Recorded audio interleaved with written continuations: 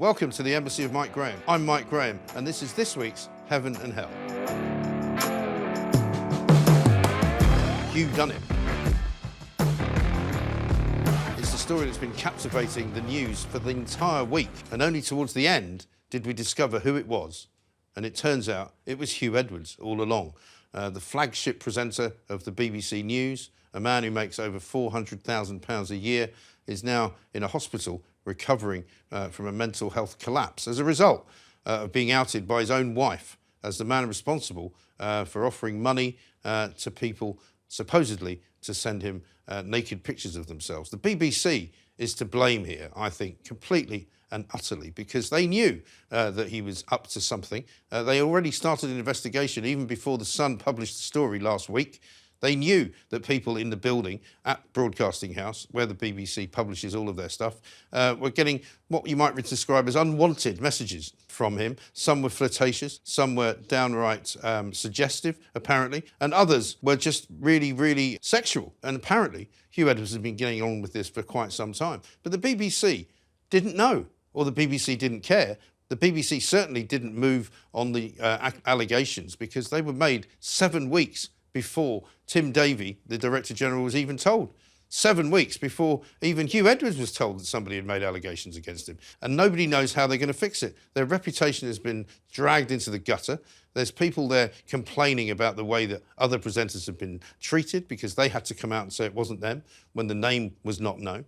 It's a complete and utter mess. And even more people than ever have told me this week they're cancelling their licence fee. They're not going to pay it anymore. So the BBC right now is in hell.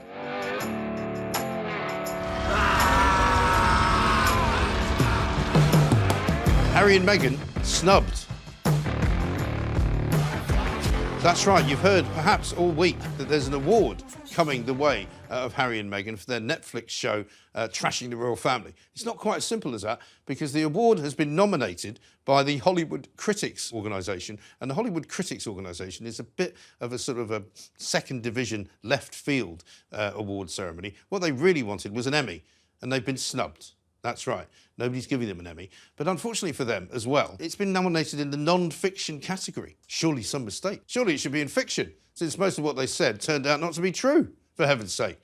Only time will tell. But if they do win an award, it will be based purely on the trashing of their own families. Brilliant. How marvellous. They could go to hell.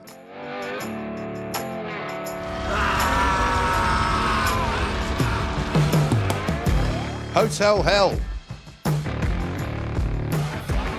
Have you tried to book a hotel lately? Well, you can't, because they're all full. And even if they're not full, they're still full, if you see what I mean. It turns out the Home Office, not content with filling up all sorts of hotels around the country with illegal migrants who have come here on small boats from across the Channel, they're now deciding to block book hotels which are empty, just in case there's more migrants coming and they might need to fill them up again. And the tragedy is, of course, there's only another 5,000 rooms that they've managed to secure, because 5,000 people can come in the space of about a week. The way things are going, the weather's pretty nice, the seas are relatively calm, and there's plenty of people coming. So it's all going horribly wrong for anyone who wants to book a hotel room, have a wedding, or have a party for the 65th birthday. It is hotel hell. That's where they are.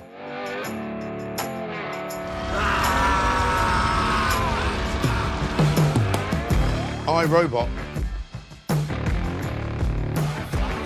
Have you been watching Wimbledon this week?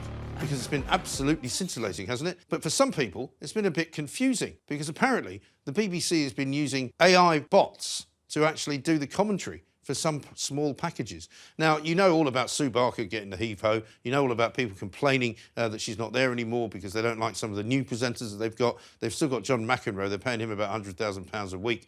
But some of these AI bots have been described as useless, horrible and ghastly. And one of the people having a go is Annabel Croft, who actually is a pretty decent commentator. Is that the future, though? In the BBC, will they just hire robots? I mean, I suppose there could be some advantages. You know what I mean? They might not behave quite as badly as some of the real people. But it could be, for the BBC, a real saving of extra money as well. So perhaps, if they go down this road, it might be hell for us, but it'll be heaven for them.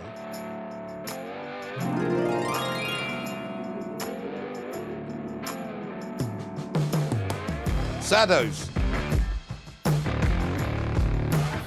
Do you know that apparently 1 in 10 people in Britain say they haven't got any real friends? and they spend all their time online. Well, I'm not surprised you've got no real friends if you spend all your time online, because most people online are absolutely horrific. If you spend any time on social media, you will see very soon that actually most people are not very nice at all. And most people don't make friends very easily. And also, if you work from home, when are you ever going to meet anyone?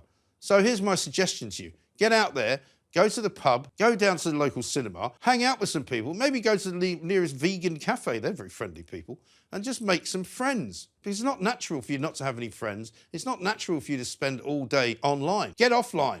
Go and do something good. You'll find yourself in heaven.